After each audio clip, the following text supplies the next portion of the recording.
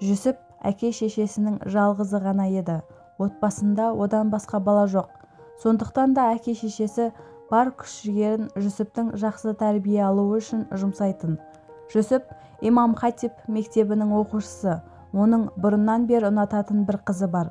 Есімі Аяулым. Аяулым сыныптың ең инабатты қызы. Албырт жүзін үнемі жерден алмайды. Басын көтеріп жан-жағына алақ-жұлақ қарау ол үшін жат. Тіпті үзіліс кезінде де сыныптан шықпай, үнемі үйінен өзімен бірге ала келген кітаптан бас алмайды. Аяулымды ұнататын жүсіп сабақ кезінде ылғи оған ұрлана қарайтын. Ол болса көзінің қиығымен де жүсіпке жауап қатқан емес.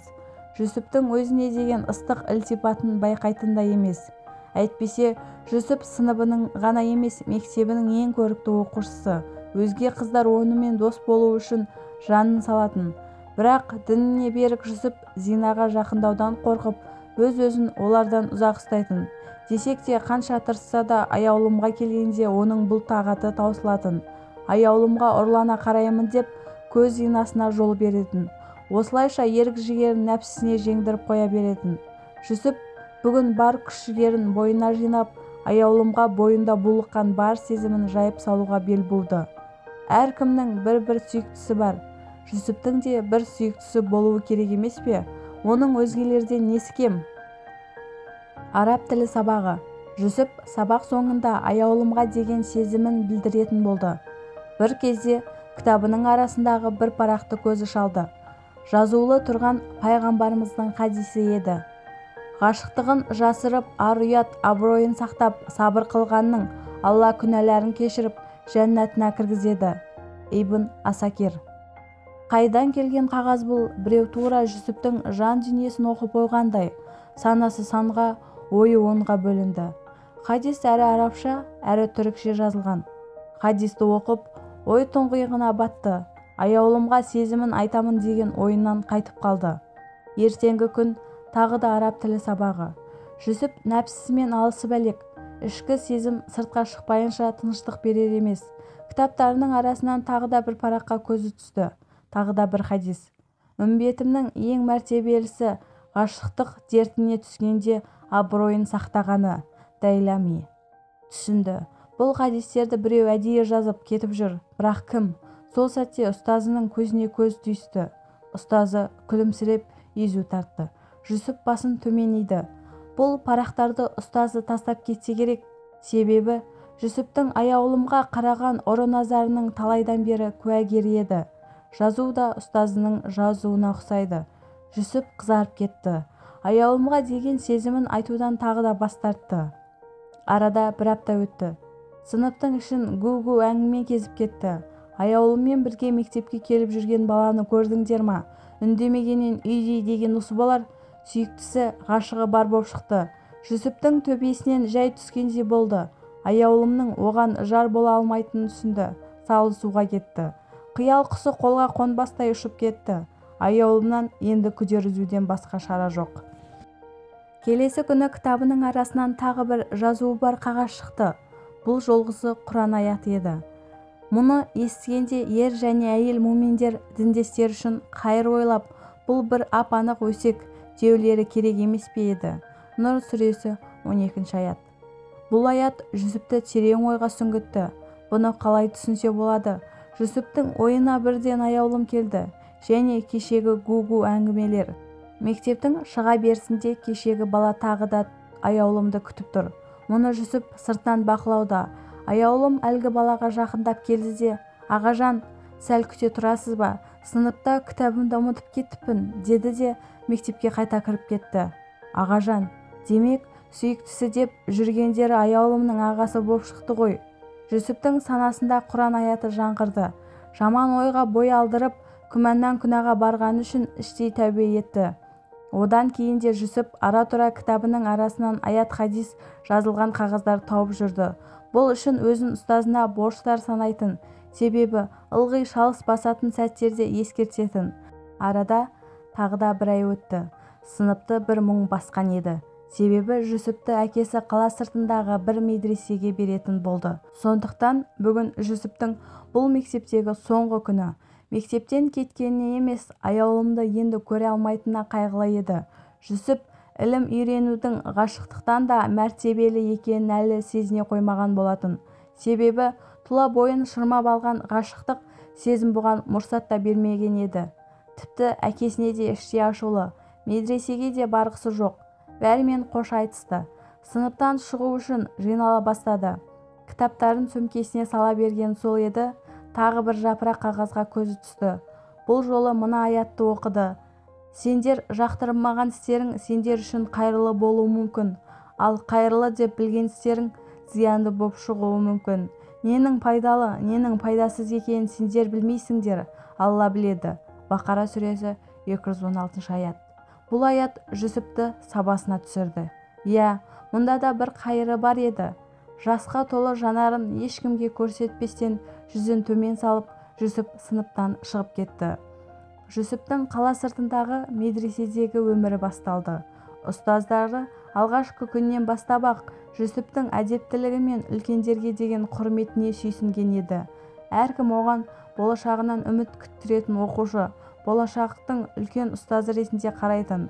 Ал Жүсіптің іші алай-дүлей еді. Аяулымнан айырылып қалу оған оңайға соқпады. Бірақ қайтсе де төзуі керек. Әлбетте, Алланың бір білгені бар. Арада 5 жылда өте шықты. Ұстазы Жүсіпті өзіне шақырды. Жүсіп, сен осы уақытқа дейін көрген ең озат шәкіртімсің. Бірнеше айдан кейін ілім айдынына қанат қаққалы отырсың. Үйленетін шағыңда келді. Біздің бір ағамыздың қызы бар еді. Құран курсында ұстаз. Сол қызды саған лайықты деп білдік. Бұған не дерсің? Жүсіп аяулымнан басқасын қиялына да алып көрген емес еді. Бірақ аяулымы бұны күтсін бе? Бәлкім баяғыда тұрмыс құрып кеткен болар.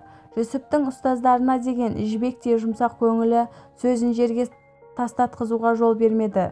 Сіз не десеңіз солай болсын, ұстазым. Ата-анама бір ескертейін, деді Жүсіп. Ата-анасы бұған разылықтарын танытып, барлығы қыздың қолын сұрауға барды. Бір жағы Жүсіптің жүрегі қанжылауда еді. Үйленетін қызды сүйе алмаса, оның хақын жүктеген болады ғой. Осыны ойлап, ішін ит тырнағандай болды. Сөз алысып, танысып біліскеннен кейін кезек қыздың кофе ұсыну кәдесіне келді. Бөлмеге айдай нұрын төгіп бір сұлу кірді. Жүсіптің аяулымды қиялдағаны сонша, келген қыз да оның көзіне аяулым боп көрінді. Жоқ, аяулым боп көрінген жоқ. Бұл аяулымның нақ өзі еді. Мына сәйкестікті көрмейсің бе? Я Раббым, деді Жүсіп. Демек, аяулым мектепті бітіріп ұстаз болған екен ғой. Жүсіп өз-өзін әрең ұстап отыр. Бір орында байыз табар емес. Өзіне ұсынылған кофені аларда қолы дірілдеп, өз-өзіне ие болар емес. Кофені табақтан көтере беріп еді, астынан тілдей бір қағаз көрді. Аяулымның жүзіне қарады. Аяулым да жүзін көтерместен басымен ал дегендей ишарат қылды. Қағазды уысына қысып, кофесін бітіре салып, тысқа шығып келуге рұқсат сұрады. Бөлмеден шығар-шықпас уысындағы қағазды ашты. Мектепте кітаптарының арасынан шығатын қағаздағы жазудан аумайтын жазумен жазылған бір хадис. Бір-бірін сүйгендер үшін некеден асқан жақсы нәрсе жоқ. Ибн Мәжә. Жүсіп қайран қалды. Таңданысында шек жоқ еді. Барлық жазудың иесі аяулым боп шықты. Жүсіп аңғарып қоймасын деп ылғи араб тілі сабағында және мұғалімнің жазуына ұқсатып жазып келген екен. Жүсіп хадисті тағы да бір оқыды. Бір-бірін сүйгендер, демек аяулым да оны сүйген екен.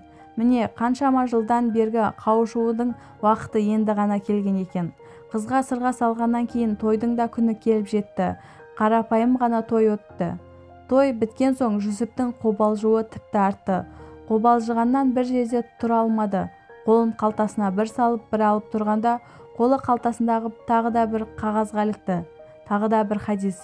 Үйленіңдер, көбейіңдер. Байхақи. Аяулымның бұл тосын сыйлары Жүсіпті өзіне одан сайын байлай түсті. Ғашықтығы барған сайын арта түсті. Отау тігілді, шаңырақ көтерілді. Жүсіп үйдің әр жерінен өзіне арналған аят пен хадистерді табуды жалғастыра берді.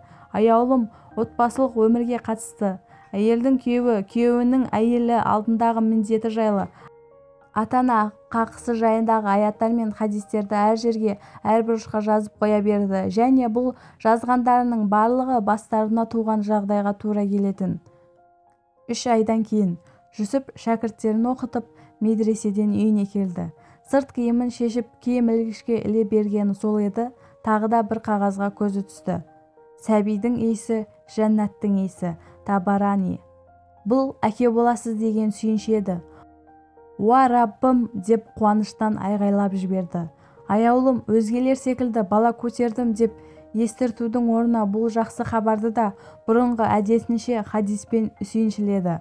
Бұл хабардан қуанышы қойнына сыймай, дереу сүйіктісінің жанына жүгіріп барып маңдайынан сүйді.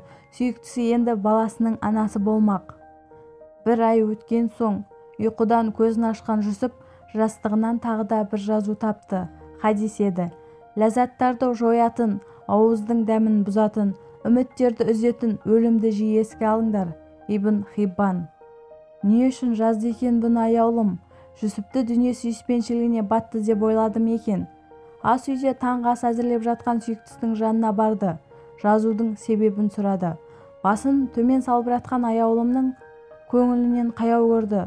Бүгін түсімде сенің о дүниеге аттанғаныңды көрдім. Сол үшін осы хадисті жазғым келді. Алаңдама, саған кеш қол жеткіздім. Сондықтан сені ерте тастап кетпеймін, деді Жүсіп. Бұл сөзін әйелінің жұбанышы үшін айтқан еді.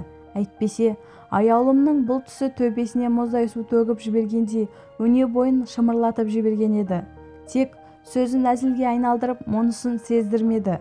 1 апта өткен соң аяулым Құран курсында еді. Жүсіп болса үйде кітап оқып отыр. Бір кезде жүрегіне шаншу қадалды.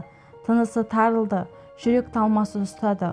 Оқып отырған кітабының арасындағы қағазды қолына алуға тырысты. Ақыры бірнеше минуттан кейін бұл дүниемен қош айтысып жүріп кете берді. Аяулым үйге кіріп, Жүсіптің өлі денесін көре есінен танды. Есін жиып, егіле жылап, жарының жанына барды. Сүйіктісіне қол тигізе алар емес. Өлді дегенге сенгісі жоқ. Сол кезде қолындағы қағазға көзі түсті. Хадис пен оның астында бір жазу бар еді. Аллаға жақсы ат қою әкенің міндеті. Байхақи. Ұлым туса Жүсіп, қызым туса Фатима қой есімін. Жүсіп өлімге қатысты хадисті оқығаннан кейін ажалы жақындағанын іштей сезіп, осы хадисті жазып, кітабының арасына дайындап салып қойған екен. Аяулым үшін енді Жүсіп жоқ еді. Жүсіптен айырылғаннан кейін аяулымның ата-анасы қанша төркініне алып кетеміз десе де, атасы мен енесінің жанынан айырылмады. Себебі Жүсіп олардың жалғыз ғана ұлдары еді. Аяулым кетіп қалса, қайғы үстіне қайғы жамылып, жығылғанға жұдырық болар еді. Оның үстінде аяулымның бойында немерелері бар еді. 6 ай өткен соң Жүсіптің ұлы дүние есігін ашты. Тура Жүсіптей сүйкімдеді. Атасы немересін құшағына алды. Құлағына азанын шақырды. Сөйтті де көзі жасқа толып, булыққан үнмен ақырын ғана: «Қош келдің, ұлым, қош келдің, немерем, қош келдің, екінші Жүсібім». Жүсібім деп әкеден аманат болған есімін берді.